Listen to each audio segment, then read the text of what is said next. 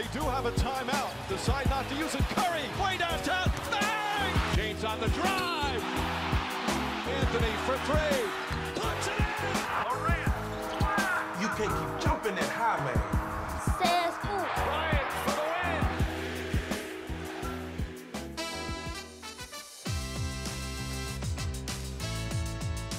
La Melo Ball s'éclate à Paris, le départ des 24 heures du Mans donné par le King, mais depuis cette nuit, le nouveau roi est Nikola Jokic. Le Serbe prend sa première bague et un titre de MVP des finales. Denver, champion NBA 2023, l'aboutissement d'une saison de rêve. On ne peut pas en dire autant pour Chris Paul. Arrivé aux Suns pour gagner une bague, le meneur de 38 ans repart les mains vides. Si Pifui a été coupé par sa franchise, quel sera son avenir? C'est notre débat. Hype, épisode 32, saison 2.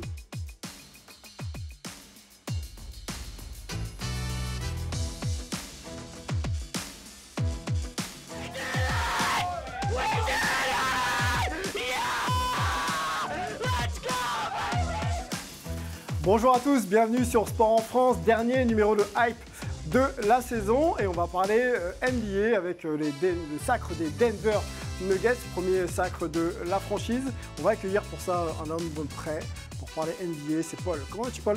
Ça va très bien, merci de m'accueillir pour cette dernière. Pour cette dernière, merci à toi d'être là, on va évoquer le cas des Nuggets avec toi, est-ce que c'est une dynastie ou pas qui commence? Peut-être. Peut-être, hein, on va se poser cette question-là. Également avec Fred Weiss qui me regarde avec un petit sourire en coin. Non, je suis en train de me dire qu'on lui a pas dit, c'était la dernière à toi en fait. C'est ma télévision. C'est vrai, je vais passer à la compta. Paul. Voilà. Comment vas-tu Fred? Ça va très bien. Le Big Camp, ça se rapproche, non? Ça se rapproche, ouais, bien sûr. Du 9 au 15 juillet à la Baule, on va être bien sur un super spot. Donc, ouais. Surtout si le temps là, parisien et même français continue. Je ça pense peut qu'il être pas fera mal. beau à la Baule, il y a du vent, il y a de la chaleur, il y a de l'eau, il y a tout ce qu'il faut. Et du basket, bien sûr. Voilà, venez nombreux. Venez nombreux. Oh, super, la pub, la promotion. Venez nombreux. Promo du bouquin aussi, parce que quand tu n'organises pas de camp, tu écris des livres, en tout cas un livre. Jusque-là, ça va. C'est exactement ça. Jusque-là, ça va. Donc toujours disponible, hein, n'hésitez pas à vous procurer cet ouvrage. Est-ce que tu l'as lu, Paul? Évidemment. La vie et l'œuvre de Frédéric Weiss, qui se lit très très bien. Une petite heure et c'est fait. Et on c'est écrit en apprend gros. beaucoup sur le personnage. Il y a une lettre par page. Donc évidemment, ça se lit très très vite. Bon, vous l'avez vu dans le sommaire, hein, LeBron James c'était du côté du Mans. C'était le centenaire de ce grand événement, les 24 heures du Mans, il y a encore quelques jours. Hein, LeBron qui a quand même pris pour un petit passage de 2 heures, quasiment 2 millions de dollars selon nos confrères de l'équipe. C'est quand même plutôt bien rentable, non Fred? En 2 heures, je trouve que c'est pas mal. Après, encore une fois, Paul prend bien plus. Voilà. C'est pour ça que c'est sa dernière. Voilà. Mais franchement, c'est pas mal. Bon, bah voilà, LeBron qui optimise toujours un petit peu son image, son temps et effectivement sa passion, parce que je crois qu'il aime quand même un peu Le NASCAR aussi, mais il parle très bien français. Hein. On a pu voir, hein. Oui, on a pu l'entendre. Oui. C'était vos motors. Il fait des efforts. Mais exactement. Pour 2 millions, il a pris un tour juste pour dire cette phrase. Allez, on continue. En marge un petit peu de l'actualité, on va parler de basketball féminin. Hein. Vous savez que le basketball féminin est diffusé aussi sur nos antennes de sport en France. Mais là, on va parler de WNBA puisqu'une légende répondant au nom de Sue Bird a vu son maillot être retiré. Hein. C'était le 11 juin dernier, donc il y a quelques jours. Sue Bird, la légende un peu du Seattle Storm, qui a un très très gros palmarès. On va pouvoir vous le montrer. Voilà, donc le palmarès s'affiche. C'est 4 fois championne WNBA quand même, 13 fois All-Star, 13 fois All-WNBA Team et 4 Euroleague, 5 Jeux Olympiques. Hein, donc une carrière quasiment de plus de 20 ans. On explique aussi un peu pour les joueuses américaines, au cas des joueuses d'un très fort niveau, double un petit peu. Elles jouent aussi en Europe, on va dire sur une saison classique pour nous, et elles reviennent du côté des États-Unis l'été pour jouer donc, dans leur ligue, donc elles s'arrêtent quasiment pas. Donc c'est une carrière quand même remplie pour Sue Bird. Un grand hommage qu'on voulait nous lui rendre ici, parce que c'est quelqu'un aussi qui s'implique aussi pour la communauté des sports américains et surtout féminins aux États-Unis. Est-ce qu'on a nous l'équivalent, Fred, d'une joueuse un petit peu emblématique comme ça quand on parle de basket féminin français, et qui mériterait selon toi d'avoir son maillot retiré, que ce soit avec l'équipe de France ou avec le club? Ouais, j'ai envie de dire qu'il y a beaucoup de joueuses qui mériteraient, parce qu'on a quand même beaucoup de talent dans le basket féminin, mais c'est une Dumerc, c'est le premier nom qui nous vient à l'esprit, évidemment. Alors moi j'ai Chakoubou aussi, je sais pas pourquoi. Ah, parce que Isabelle Chakoubou, Yacoub, ouais. je trouve qu'elle est toujours extraordinaire, toujours dans la dureté, etc. Mais évidemment, c'est une Dumerc en premier. Paul? Pareil, ouais, Céline c'est sûr que c'est dur de passer à côté de Caps. Hein. Alors après, est-ce que ce maillot serait retiré en équipe de France, en club, à Bourges par exemple? Je pense qu'on pourrait faire les deux, mais vu que le maillot de Tipeee... Le maillot de Tipeee, Voilà, le maillot de Tipeee va être... Moi, je me dis que pourquoi pas. Ouais. Pourquoi pas, la même génération. Belle candidate en tout cas. Céline Dumer qui a annoncé il y a quelques semaines maintenant l'arrêt définitif de sa carrière. L'occasion aussi pour nous, puisqu'on parle de basket féminin, de rappeler... Je t'interromps juste. Élodie Godin aussi, qui justement... qui arrête aussi, et effectivement. qui est elle aussi une des Bien légendes sûr. du basket français. Légende de Bourges et du basket français. Effectivement. On rappelle... d'argent olympique également. C'est pour ça. Voilà. Je voulais faire le C'était parallèle. sous-entendu, Les deux s'arrêtaient en même temps, donc c'était important. Ces messieurs calés basket féminin, c'est incroyable. Tous les baskets. Eurobasket, on a l'occasion aussi de rappeler que l'équipe de France sera donc en Israël et en Slovénie du 15 juin au 25 juin prochain. Donc ça avec Marine Joannès ou pas? Sans Marine Joannès. Apparemment, Marine Joannès a autre chose à faire du côté de New York. Un mot sur cette équipe. On a aperçu quelques matchs amicaux. On a l'impression que ça se passe plutôt bien sans Marine Joannès. Est-ce qu'on doit toujours y aller pour chercher la meilleure des de France est faite pour ça. Alors effectivement, sans Marine Joannès, tu perds beaucoup de qualité offensive et de talent, mais c'est compensé. Il y a de très fortes joueuses et voilà. Je pense que c'est impératif même de faire une perf. Parce que c'est vrai qu'à la Coupe du Monde, on a été un peu moyen, mais en même temps, on ne s'attendait pas à mieux. Marine Joannès était blessée aussi. Enfin, vous voyez, il y avait beaucoup de complications. Mais l'équipe de France féminine est une grosse équipe et on est obligé de faire une grosse perf. Minimum médaille d'argent. Minimum médaille. Bon, ça tombe bien, c'est ce qu'on fait c'est pour ça. Depuis c'est pour ça longtemps. Il faut rester dans cette constante minimum. Ok, bon, je ne sais pas du coup si ce serait une grosse perf que de faire médaille d'argent. Mais je ne sais pas si c'est une grosse perf, mais tu as Par des rapport aux standards. attentes, hein. En fait, le truc, c'est que tu as des standards dans la vie. Ok. Et eux, notre standard, c'est médaille d'argent. Donc il faut faire ça. Et après, tout ce qu'il y a au-dessus, donc c'est une médaille d'or uniquement, et c'est une grosse perf. Allez, on va suivre et encourager surtout et soutenir nos Bleus. Là, ça commence donc le 15 juin prochain, dans quelques jours. Allez les Bleus. On revient un peu sur Sue Bird. Une question par rapport à ce qu'elle représente aussi au niveau de la WNBA. On sait que tu l'as commenté pour Eurosport, je crois, pour les Jeux. Sue Bird, voilà, quel type de joueuse c'est et surtout qu'est-ce qu'elle représente pour le basket américain. C'est une légende. C'est une légende absolue. C'est une joueuse qui était fantastique, qui avait toujours la réponse, qui forçait pas, qui donnait les passes décisives, qui faisait jouer son équipe. Honnêtement, une joueuse incroyable. Et pour moi, alors je suis désolé, vous avez parlé de WNBA, etc. et d'Euroleague. Pour moi, c'est ces 5 titres olympiques qui me marquent le plus. C'est quelque chose d'incroyable dans une carrière de faire 5 Olympiades déjà. Et en plus de gagner les 5 fois, ça me paraît... Après, tu me diras, je sais ce que tu vas me dire. Tu vas me dire que c'est les États-Unis et que c'est pas pareil. Je suis d'accord. Sauf que quand même, il faut être dans cette équipe. Parce que c'est la crème de la crème. Oui, et puis c'était pas n'importe qui en plus dans cette équipe. C'était déjà la meneuse de cette équipe, dans tous les sens du terme. Et aussi, c'est une pionnière du basket féminin. Donc vraiment une grande dame à qui on tire notre chapeau virtuel en l'occurrence. La GOAT ou pas? Quand on parle de basket féminin, faut aller chercher un petit peu... au moins top 3 de l'histoire. Hein. Je pense qu'on peut la mettre aisément sur le podium, non? Qu'en penses-tu, Frédéric? Je pense que je suis d'accord avec toi. Pour une fois. Ça tombe bien. Avançons, messieurs. IFI, c'est Paris. La petite blague n'est pas de moi. Elle est d'Amarassi. Donc, on avance et on parle de Nadir IFI qui signe 3 ans au Paris Basketball. Le meneur très hype du Portel donc, arrive dans la capitale pour les 3 prochaines saisons. Ça a été annoncé la semaine dernière dans une conférence de presse du côté de l'Accor Hotel Arena. Avant de vous présenter un petit peu le profil, on va essayer de s'arrêter sur son choix d'abord, puisque c'est aussi un joueur qui est dans la draft et qui souhaite rejoindre la NBA dès cette saison. Annoncé début de 2e tour pour certains mock drafts, on sait que ça change beaucoup. Est-ce que le choix de rejoindre le Paris Basketball met un peu de côté ses ambitions d'être drafté cette année? Non, pas forcément. D'ailleurs, lui, il a dit, il sera libéré si jamais il est drafté, en tout cas... peut-être pas au 2e tour, mais non, ça met pas... Alors, c'est peut-être reporté à l'an prochain, mais apparemment, lui, de son propre avis, il pense avoir impressionné lors des les différents workouts qu'il a fait. Donc, ça peut être dès cet été, mais comme tu disais, dans certaines mock drafts, il n'est même pas au 2e tour.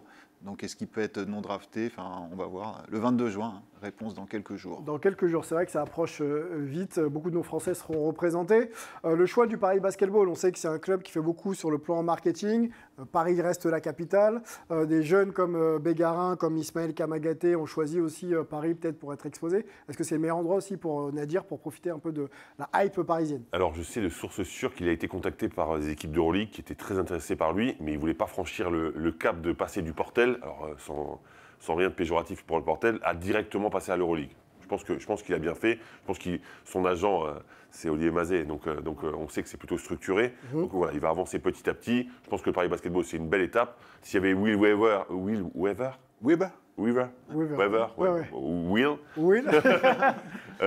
qui continue au Paris Basketball, j'aurais dit ne pas y aller surtout parce que c'était catastrophique le jeu proposé. L'ancien coach remercié par le Paris Basketball. Non, on remercie par toute la France du basket. Okay, on est très content que ce soit Sosie là. de J.D. Jackson un petit peu aussi. Hein, pardon? Sosie de J.D. Jackson. Sosie de J.D. Oui, physiquement, mais dans le coaching un peu beaucoup moins. Donc non, je pense que c'est un bon choix. Je pense que c'est un tremplin. Évidemment, lui, il a d'autres ambitions, mais il ne veut pas brûler les étapes. Et je pense que de ce point de vue-là, c'est plutôt intelligent. Les stats de Nadir Ifi, on vous les montre maintenant, elles sont folles.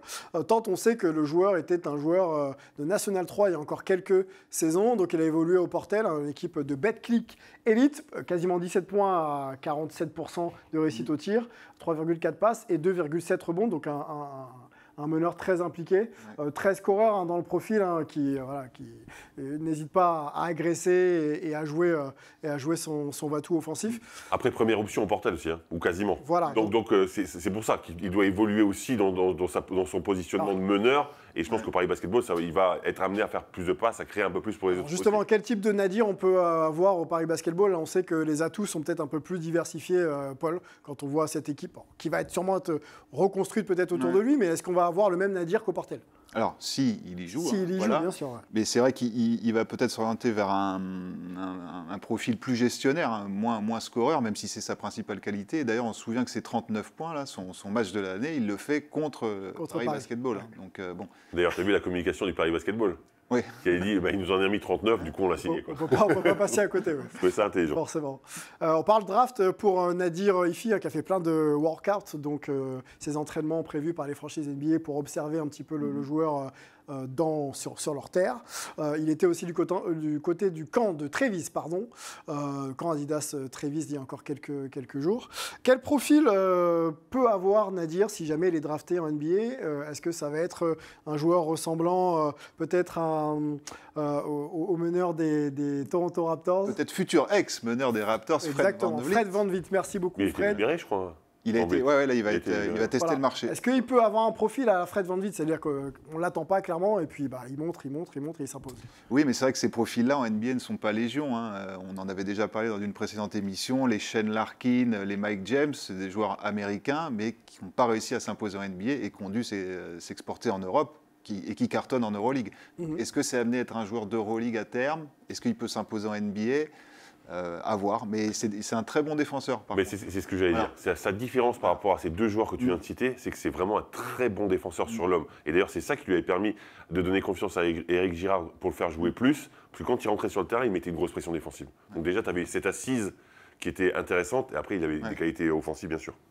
Quand on est drafté, on rappelle que Fred a été drafté en 99 par les New York Knicks. Et quand on est drafté même au second tour, on a des Français qui ont été draftés au second tour. On pense à qui d'ailleurs? Ronny Turiaf. Johan Petro, c'est au second tour. Mike Djellabal aussi.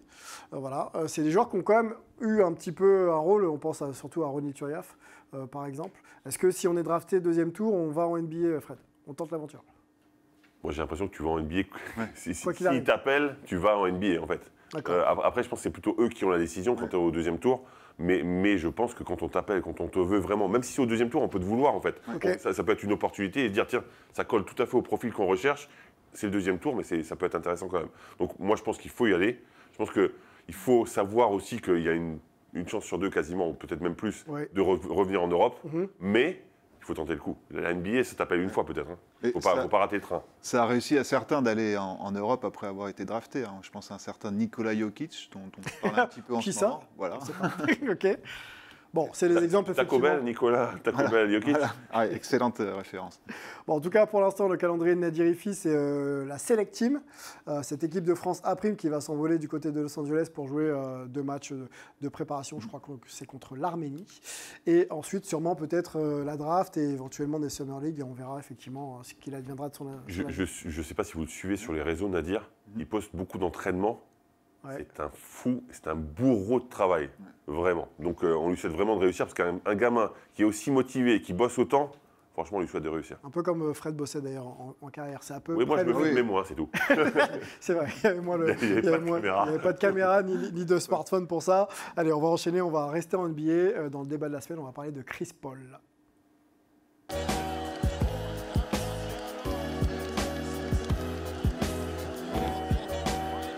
L'avenir s'assombrit pour le meneur star et all-star des Suns, puisqu'il est question de son avenir hein, dans les médias américains.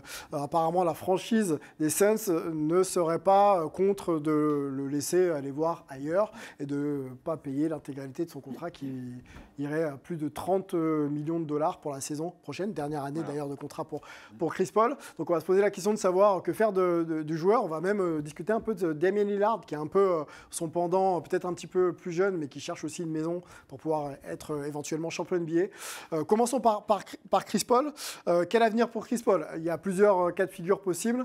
On va les poser ensemble et ensuite on en discute. Soit il reste un Suns, mais pour moins cher, soit il est échangé, soit... Il est conservé en l'état. Exactement, soit il est conservé donc, en l'état avec son gros contrat. Donc c'est les questions qu'on se pose. On peut peut-être montrer déjà le palmarès et la carrière de Chris Paul, qui je vous dis maintenant. Le palmarès, il va être. Il va être un peu vierge, même s'il y a des. Oui, mais c'est des récompenses collectives. Collectivement, c'est vierge. Exactement. Donc 12 All-Stars quand même, 11 All-NBA Team. Il y a un MVP du All-Star Game 2012-2013 pour la saison 2012-2013. 9 All-Defensive Team quand même. Hein. On parlait d'un Nadir Rifi qui défend bien. Chris Paul, c'est également le cas. 5 fois meilleur passeur de la saison et 6 fois meilleur intercepteur. Donc vous n'avez pas vu de titre de MVP de saison régulière ni de titre de champion NBA pour Chris Paul. Déjà, on va parler des Suns. Si jamais les Suns ne devaient pas conserver Chris Paul, est-ce que vous seriez surpris du choix de la franchise? Non. Concrètement, non. On a l'impression que Chris Paul... Alors, je suis plutôt fan de ce type de joueur qui fait jouer l'équipe, qui a ce shoot mid-range qui est hyper intéressant. Moi, je suis plutôt fan. Mais on a quand même forcé de constater que quand ça devient difficile, il est souvent blessé, en fait. Ouais. Oui. Et l'âge avançant, je ne suis pas sûr que ça s'arrange.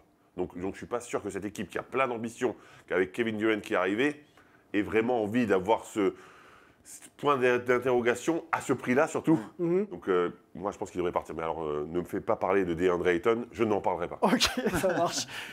Paul, sur Chris Paul. Ouais, il y a pas mal d'infos contradictoires, hein, parce que Frank Vogel, donc, qui va être le nouveau coach des Suns, dit qu'il l'a appelé, qu'il veut le conserver, mais qu'il y a des discussions. Donc, on ne sait pas ce que ça va donner, mais toujours est-il que cette option de 30 millions, ça, a priori, ils ne la lèveront pas. Donc, ça va se décider d'ici le 28 juin. Ouais. Après, on a la déclate de Chris Paul. Je te coupe, mais juste, pas de Chris Paul, pardon, de Frank Vogel. Voilà. Vogel. Vas-y, reprends. On ne va pas la lire, on t'écoute. D'accord. Donc, oui, donc Frank Vogel qui veut le conserver. Après, lui, qu'est-ce qu'il veut faire? Il a sa famille à Los Angeles. On parle d'un éventuel retour aux Clippers, d'une éventuelle arrivée aux Lakers, qu'il aurait déjà dû rejoindre en 2011. Hein. Oui. Scandale, un des scandales de la dernière décennie, mais bon, ni le temps ni le moment. Et toujours est-il Pas que... un scandale, l'équipe appartenait entre guillemets à la NBA, donc oui. c'est David Stern, à l'époque, qui a choisi parce que c'était son équipe. Avant de le transférer quelques semaines plus tard aux Clippers. Oui, mais la vie est dure. La vie est dure. Et aussi, il y a pas mal de rumeurs concernant un échange éventuel avec James Harden. Moi, je trouve ça assez improbable. Donc le James meneur Harden, arrière des Sixers à l'heure actuelle. Ouais. Donc c'est vraiment, il va y avoir des gros débats sur Chris Paul et aussi sur Lillard, enfin sur les meneurs All-Star là cet été. Je pense qu'il y aura pas mal d'agitation. Sur le choix d'éventuellement de le conserver peut-être à un prix inférieur, est-ce qu'un Kevin Durant et un Devin Booker n'auraient pas leur mot à dire, tant on sait quand même que Chris Paul peut donner les ballons dans des bonnes conditions à ses shooters, quoi. Quand tu as deux superstars comme les deux que tu viens de citer, évidemment, ils peuvent exactement dire ce qu'ils veulent. Mais je pense que ça serait dans une option de deuxième meneur.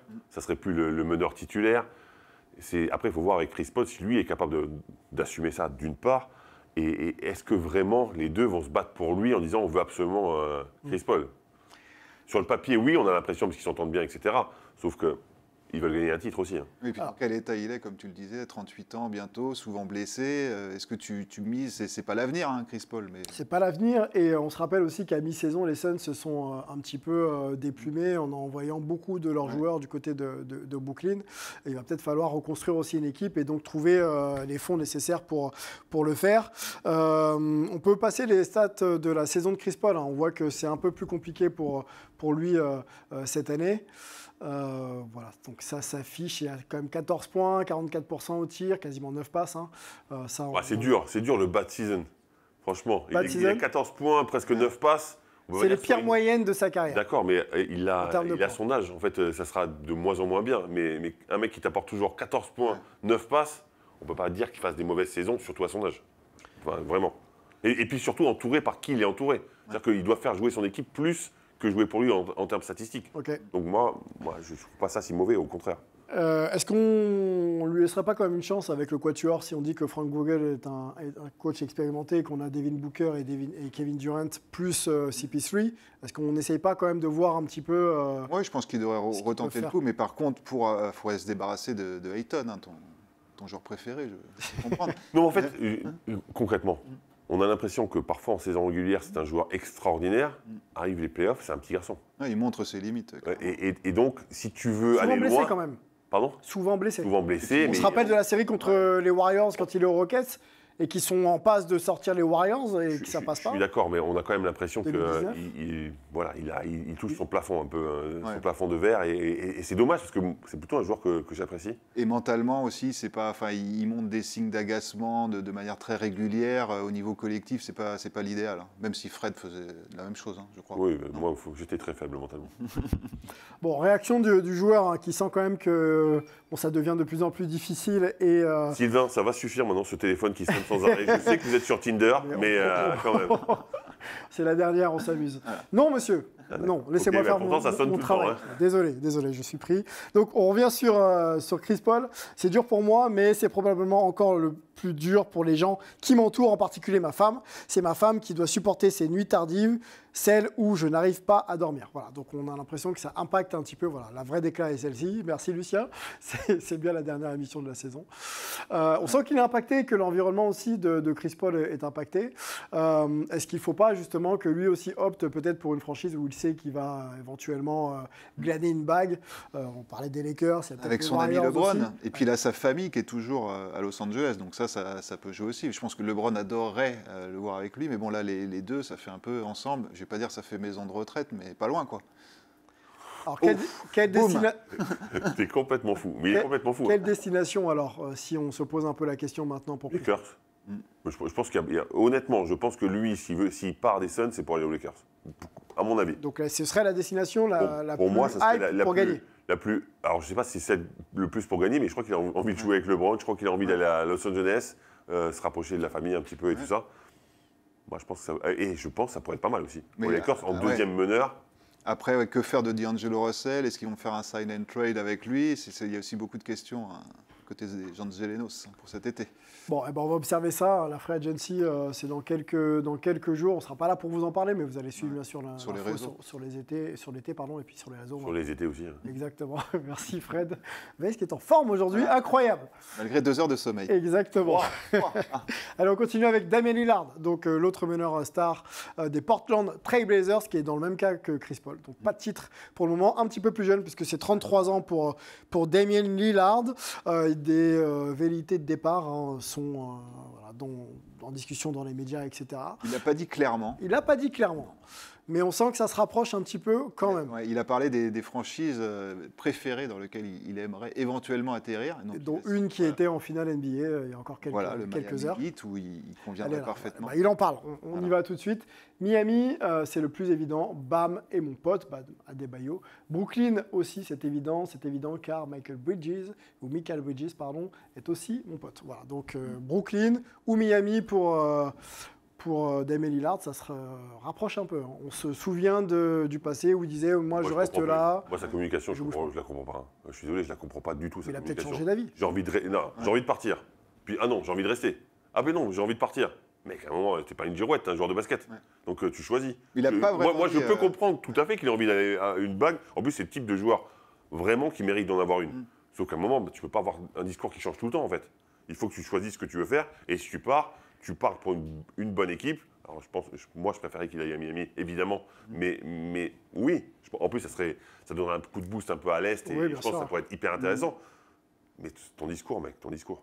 Après, est-ce que les Blazers vont être suffisamment offensifs? Est-ce qu'ils vont suffisamment se renforcer pour le garder? On parle du 3e choix de draft. Est-ce que Scoot Anderson sera encore là? Il y a beaucoup de questions qui se posent.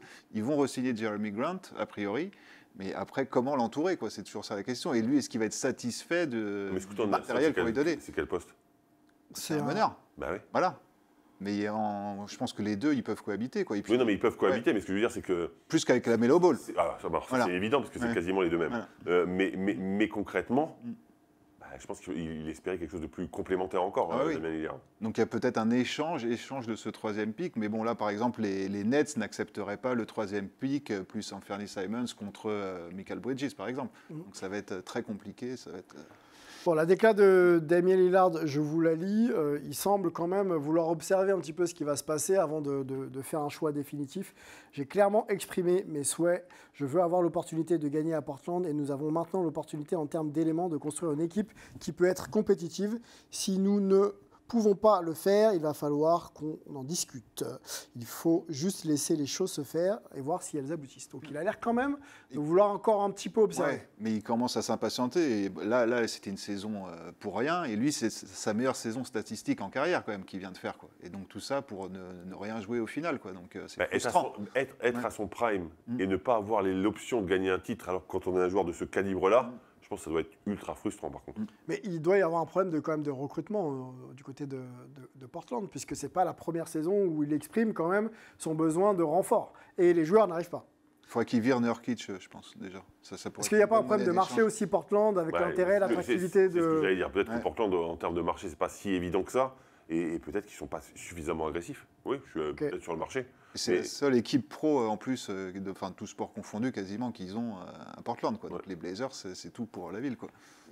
Pas assez pour en faire une terre de sport et attirer justement des grands noms. On vient de voir les stats de Damien Lillard, donc ça confirme ce que vous disiez, messieurs, joueur très très fort et encore très impactant. Est-ce qu'il doit, du coup, maintenant à 33 ans, changer de franchise et essayer d'aller glaner? Moi, je pense qu'il doit décider de ce qu'il veut faire vraiment. Soit il se dit, ok, je finis là, je suis un bon soldat, je finis parce que je suis fidèle, etc.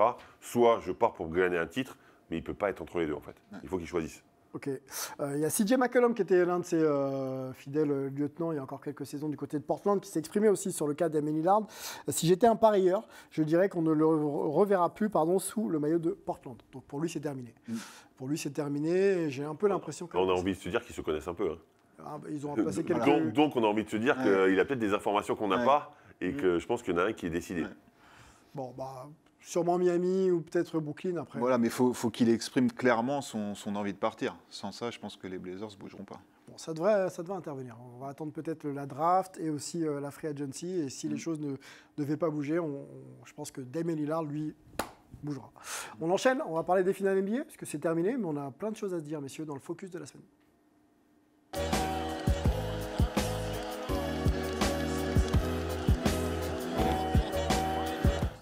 Allez, les Denver Nuggets, qui l'auraient parié, sont champions NBA. Premier titre de l'histoire de la franchise. Ils étaient opposés à Miami, donc ça fait 4-1 dans la série. Premier match gagné, deuxième match perdu. Et ensuite, boum, ils ont pris les deux matchs à Miami. On en parlait d'ailleurs avec Fred Schoker la semaine dernière, parce qu'ils étaient en mesure d'aller prendre un match, voire plus à Miami. Ils ont pris les deux.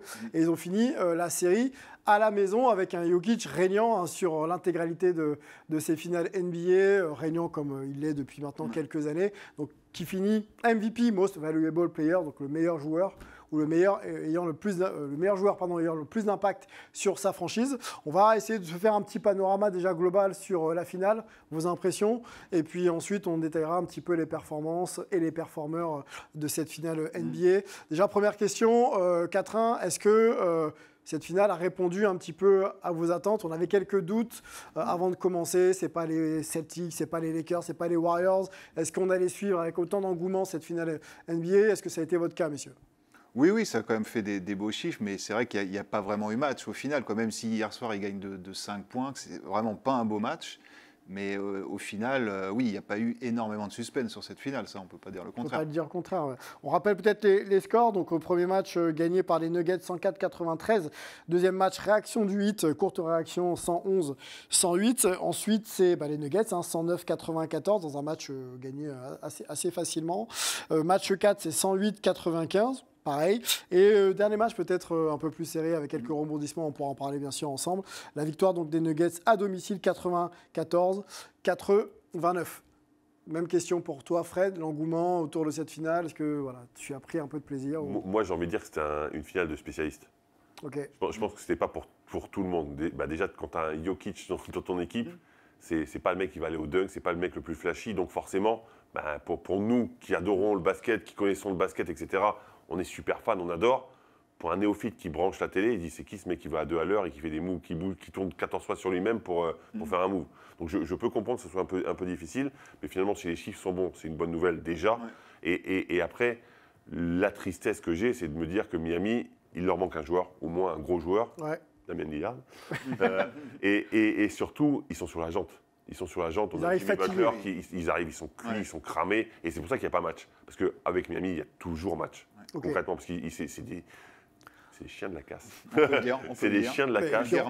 On rappelle qu'il a fallu que Miami passe sur le corps quand même des Bucks et des Celtics, donc c'est pas rien. Donc effectivement, quand on arrive en finale NBA, on peut avoir un petit peu de fatigue. Et en étant à 2 doigts de l'élimination face aux Bulls en play-in, quoi, surtout. Enfin, c'est quand même un parcours incroyable. Deuxième, 8e de l'histoire arrivé en finale. Enfin, c'est maximum respect, hein, on peut dire, pour eux. Même si on aurait bien voulu les voir avec Tyler Hero, quoi. Il a failli rentrer hier. Ça, je pense que Spoelstra va le regretter quelques semaines, voire quelques mois, de ne pas l'avoir fait rentrer. L'arrière-shooter de Miami qui aurait pu aider quand même aussi. Quand tu ne mets pas un panier, tu te dis qu'un arrière-shooter, ça peut toujours aider. Ça peut toujours aider, surtout s'il est sur le terrain. Confirmation des Nuggets, on ne l'avait pas dit ici à demi-mot, même si Paul avait pronostiqué 4-2. Qu'est-ce qui t'a... Moi, j'avais dit 4-1, donc... Voilà. Qu'est-ce qui a confirmé un petit peu ton avis concernant les Nuggets sur leur manière un petit peu de dominer cette...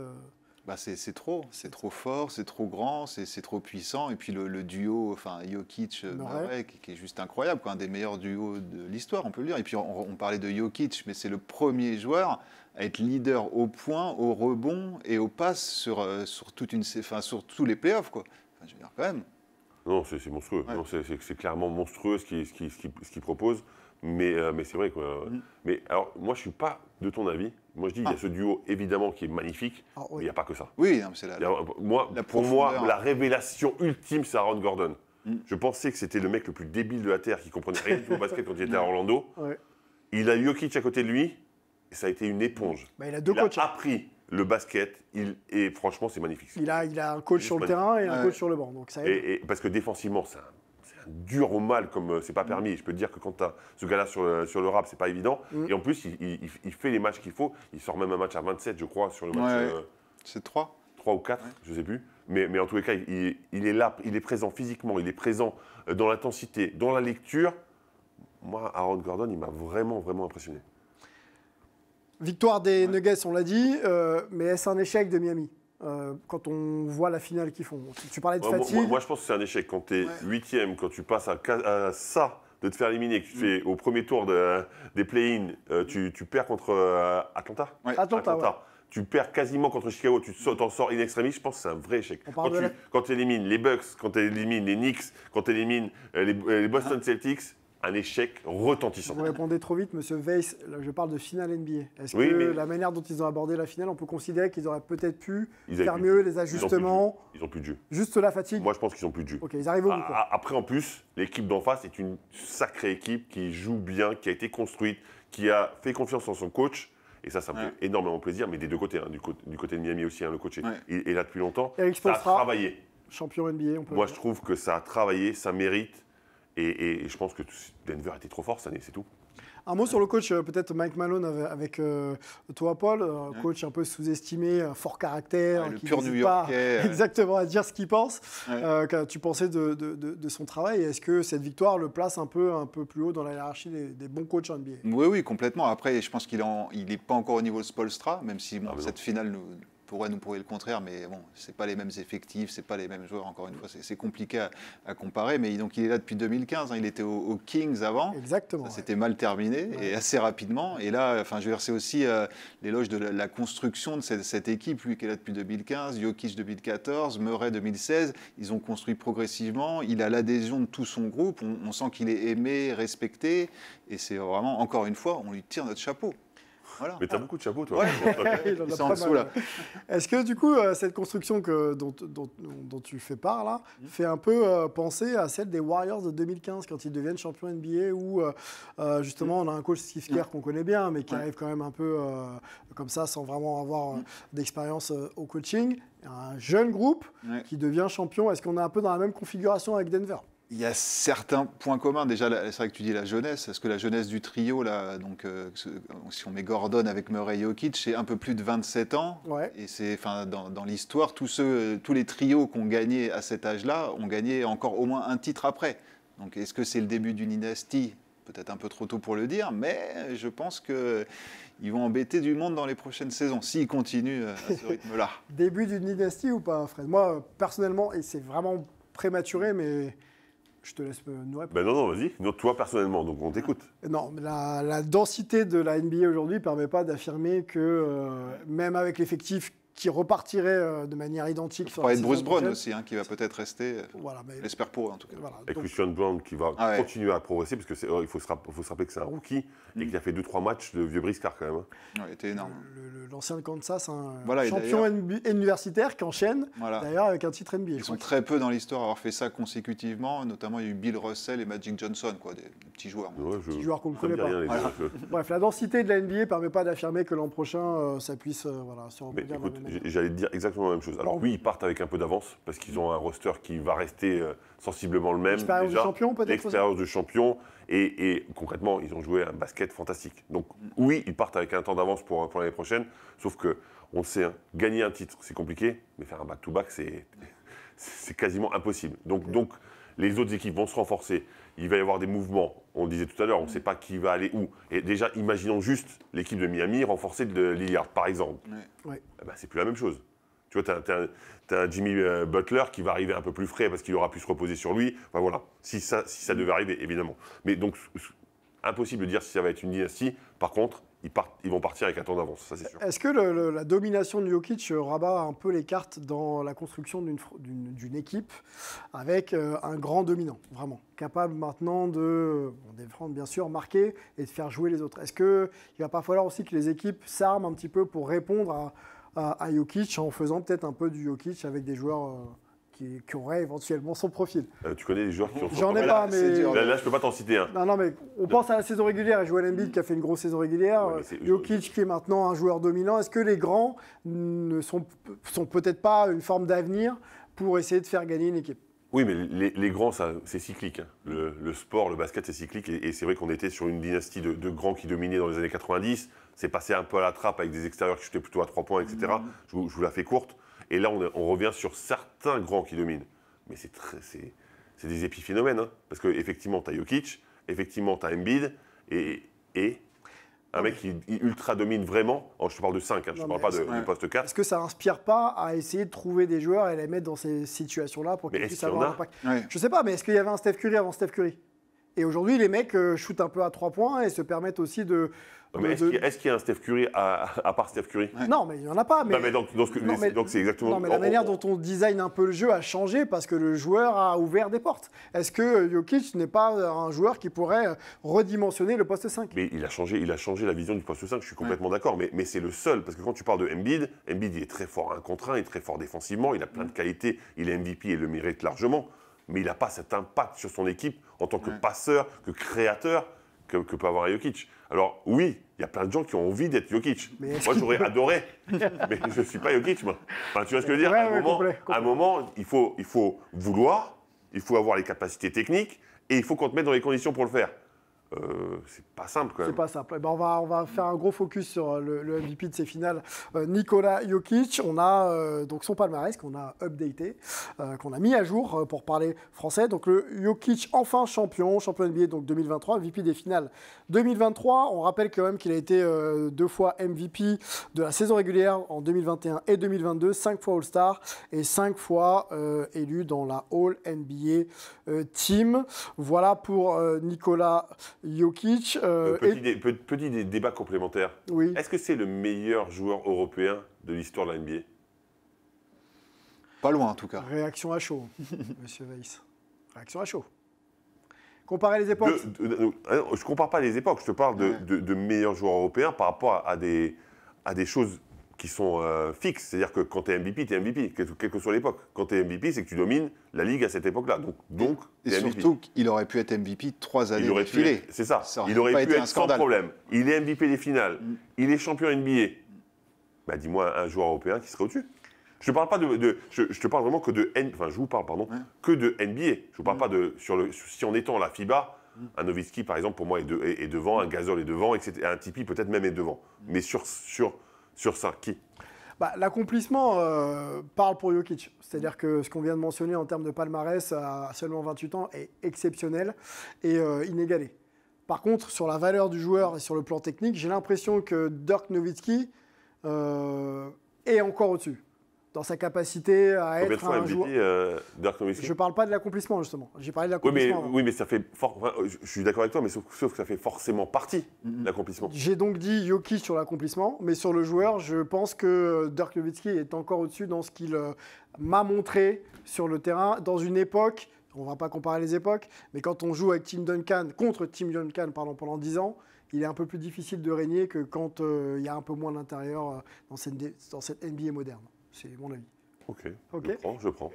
On continue sur Jokic. Tes impressions sur le Joker. Tu parlais de all-around player capable de passer, de prendre des rebonds et puis bien sûr de marquer. Ouais, alors, sans dire que c'est le meilleur européen de l'histoire, déjà c'est le Vas-y, meilleur. tu peux le dire, parce que moi je pense que ça. Voilà, Bon. ça reste ton avis. Il y a que Sylvain qui sera d'accord. Mais ça reste le meilleur pivot passeur de l'histoire. Ça, je pense qu'on est tous d'accord. Même si, bon, Arvydas Sabonis aurait son mot à dire, mais malheureusement. En fait, lui, non, concrètement, Arvydas Sabonis, c'est un what if. C'est-à-dire que s'il n'arrivait pas avec les genoux en compote, les tendons d'Achille pétés, etc., ça aurait été différent. Je pense que celui qui a ouvert la voie de ces pivots passeurs, shooters à 3 points, etc., c'est Arvydas Sabonis. Qui arrive tard en NBA. À cause de ses blessures, à cause de sa nationalité, c'était pas simple. Divac aussi, il a été un peu moins. Mais pour moi, un ton en dessous quand même. Mais les deux étaient des passeurs magiciens qui voyaient le jeu, etc. Mais voilà. Mais clairement. Alors les stats, pour continuer avec toi, Paul. Donc MVP, 30 points de moyenne à 58% au tir. Il n'y a pas que des tirs proches de la raquette, même s'il y en a quelques-uns. 14 rebonds et 7 passes. Voilà, on fait ça quand même en finale NBA, messieurs, dans des matchs attendus où tu es le joueur ciblé, où on va défendre dur sur toi, et tu arrives quand même à sortir ce genre de performance. On ne revient pas forcément sur le débat Jokic par rapport à plus grand intérieur de l'histoire, mais juste là, est-ce que sur les finales NBA qu'on vient d'observer, il définit vraiment ce que doit être un poste 5 dans, je l'ai dit tout à l'heure, dans le côté moderne un petit peu. Oui, complètement. Et puis il a ce côté altruiste finalement, il le répète tout le temps. Enfin, lui, les récompenses individuelles, il s'en fiche. Et je pense que c'est pas du flanc, il le pense vraiment, quoi. Donc pour lui, c'est l'équipe, tout ce qui compte, c'est l'équipe. Et on l'a vu hier à la fin du match, il était un peu heureux. D'abord, c'est d'aller féliciter ses coéquipiers et tout. Et ça, c'est vraiment, enfin, d'avoir un leader propre, comme ça, c'est génial, je pense, non, Fred? Oui. non, mais c'est un joueur à part, c'est un être à part. Effectivement, je pense que dans cette NBA qui valorise tellement les statistiques, tellement l'individu, un mec comme ça qui joue à 20 cm du sol et qui joue pour les autres et qui veut plus gagner que faire des stats, c'est un anachronisme presque. Un leader incroyable. C'est rafraîchissant.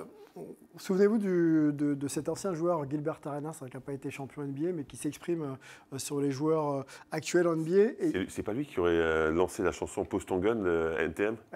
Peut-être qu'il a effectivement quelques royalties, etc. Gilbert Arenas, on vous remet le mixé concernant Jokic, puisqu'il s'exprimait sur le fait que Jokic puisse être une superstar ou pas.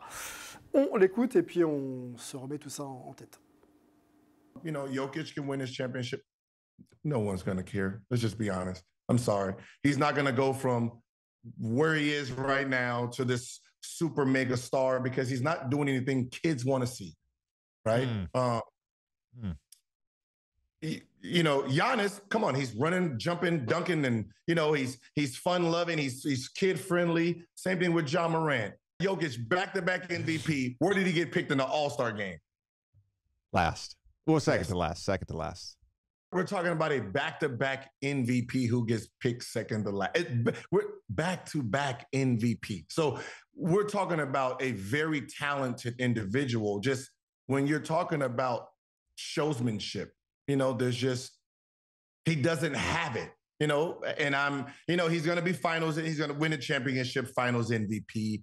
It's not going to change the audience. No, the Nike's not going to come out with some Jokic shoes and everybody's going to run to the store and buy the Jokic's, the Jokers. No one's doing that, right? You have to be a diehard basketball fan to understand what Joker's doing. Other than that, you're there for the long threes, the dunking, right? Or Lakers. Bon, l'avis de Gilbert Arenas, maintenant, hein, c'était avant le titre de champion acquis. Hein. Donc maintenant, il est champion NBA et il est MVP des finales NBA. Est-ce qu'il change de dimension? Bah, oui, je pense quand même. Et puis là, finalement, il ne parle pas basket. Il parle Arenas, un peu marketing. Il parle superstar, chaussures.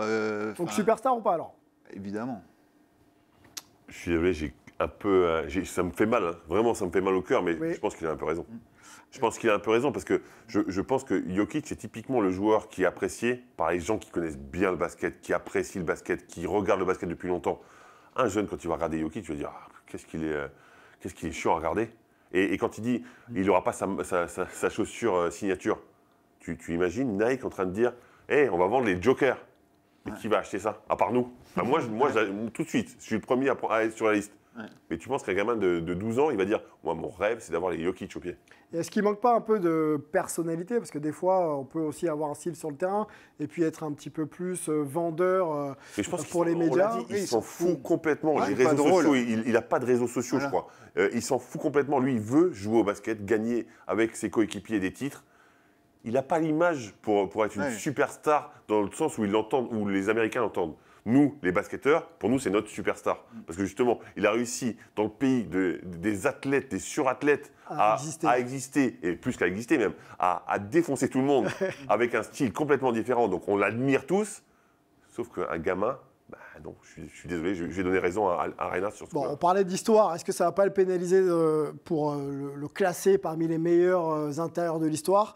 Il y a Shaq qui s'est exprimé un petit peu sur le sujet, c'était sur Instagram, et il liste quand même Jokic parmi les meilleurs intérieurs de l'histoire. Je vous donne quelques noms: Karim Abdul-Jabbar, Hakeem Olajuwon, Shaquille O'Neal, Will Chamberlain, Bill Russell, on a David Robinson, Patrick Ewing et Nikola Jokic. Il est parmi tout cela? Alors, je ne sais pas si c'est dans le bon. Non, c'est pas dans l'ordre, c'est juste des noms. D'accord. Il l'a mis dans la discussion. Pour moi, oui. Okay. Pour moi, oui, parce que il a inventé un poste de jeu, les gars. Ouais. Il a inventé un poste de jeu.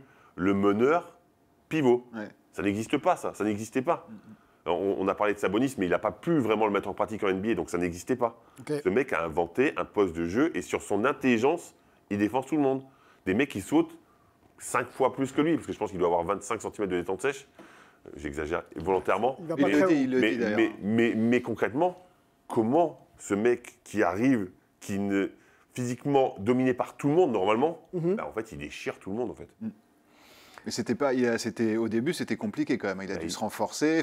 Les premières saisons, c'était pas évident. Voilà, ouais. Il a travaillé sur son poids, parce qu'il a tendance à grossir. Parce qu'il buvait 3 litres de coca par jour en Serbie. Il a arrêté le coca en arrivant à Denver. Ouais, on voit d'ailleurs son appétence quand même pour peut-être la malbouffe. Encore qu'il était jeune, après il a grandi. Hein. Oui. On en connaît souvent des physiques comme ça qui, plus tard, trouvent ouais, puis il y en a d'autres, c'est dans l'autre sens. Hein, mais bon, ça, c'est un autre débat. Ouh en fait, tu sais ce qui se passe? Des mecs qui ont fait du sport, ils peuvent grossir après. C'est tout ce que j'avais à dire.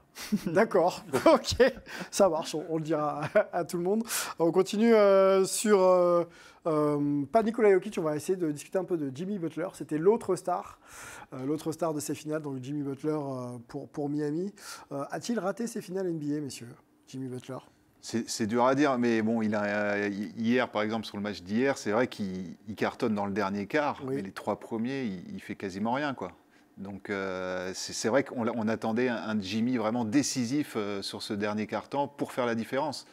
Ça quasiment 26 points en play-off, excuse-moi Paul, et 21 points avec des stats, en tout cas une chute au niveau du pourcentage, puisqu'il est quasiment à 40%.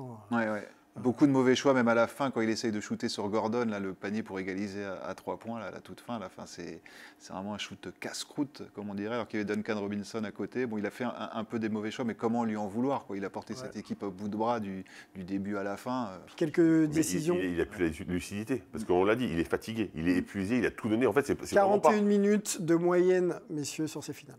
T'imagines? Donc le mec, à la fin, s'il n'a plus la lucidité, on ne peut pas lui en vouloir. Le mec, on sait qu'il ne triche pas quand il est sur le terrain. Ça, je pense que tout le monde est d'accord. On aime ou on n'aime pas Jimmy Butler, mais on ne peut pas dire qu'il triche quand il est sur le terrain. Donc le mec donne 41 minutes de moyenne. Ouais. Il est à fond, à 200% à chaque fois. À la fin, tu es fatigué. Quand tu es fatigué, il ne le sait pas, Paul, parce qu'il n'a jamais été fatigué de sa vie. Mais s'il avait été fatigué, il saurait que tu es beaucoup moins lucide sur un terrain. Bon, 37% à 3 points, un volume de 4 tirs pris par match sur les 5 matchs. Et 41% au tir, avec 18 tirs tentés pour Jimmy Butler. Est-ce qu'il va falloir, si Miami veut revenir en finale NBA, avoir peut-être une deuxième arme offensive pour le soutenir? Damian Lillard, oui, peut-être. Ouais. Évidemment. Il lui faut un relais. Il lui faut quelqu'un sur lequel il peut s'appuyer, ou des moments où justement, il y a des temps faibles dans un match, c'est normal, même pour Jimmy Butler, et c'est important d'avoir quelqu'un qui, voilà. Alors, Bam Adebayo fait des très bonnes finales, il donne tout ce qu'il a, mais c'est pas un vrai pivot. Voilà, c'est ça. Il compense, il compense à chaque fois. Donc il faut vraiment un mec qui domine sur son secteur. Et pour la blague, on a dit Damian Lillard, mais je pense que ça pourrait correspondre complètement. Parce que Tyler Hero, est-ce qu'il peut être justement ce deuxième ou troisième homme? Je ne suis pas certain. Enfin, c'est un excellent marqueur, shooter, mais bon. La progression de Tyler Hero, elle est encore un peu il fait une bonne saison. Il fait une bonne saison, mais la problématique, c'est qu'il ne crée pas vraiment son shoot, il ne peut pas vraiment créer pour les autres. Ouais. Un mec qui serait capable de faire ça, ça serait un vrai plus. Damian Lillard, par exemple.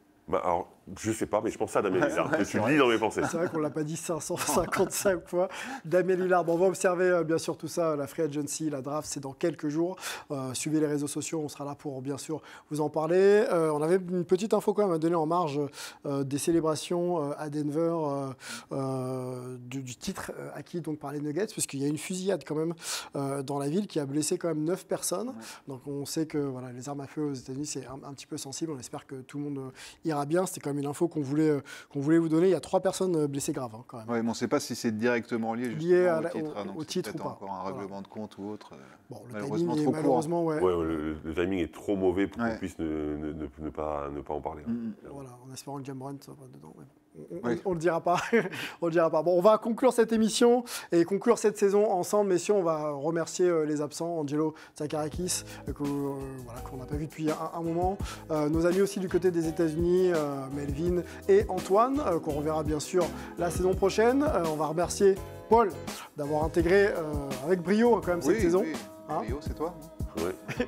Sans qu'en entraînement, sans rien. Donc, merci à toi, Paul. Merci à toi. On se retrouvera bien sûr avec grand plaisir la saison prochaine. Fred Weiss, le corps d'abord. Oui. Et après, on verra si on se revoit l'année prochaine. Il faudra qu'on discute de la présence ou non de Paul. Voilà. Ah, ok, d'accord. Voilà. Bon, ce sera entre vous. On va remercier bien sûr toute la régie qui a travaillé toute cette saison pour nous fournir, bien sûr, et nous préparer cette émission chaque semaine autour de Lucien Jarran. On va remercier aussi Romain Schindler qui nous donne l'opportunité d'être là, et puis toutes les équipes de Sport en France. Bonne suite de programme, bon été et à bientôt. Ciao.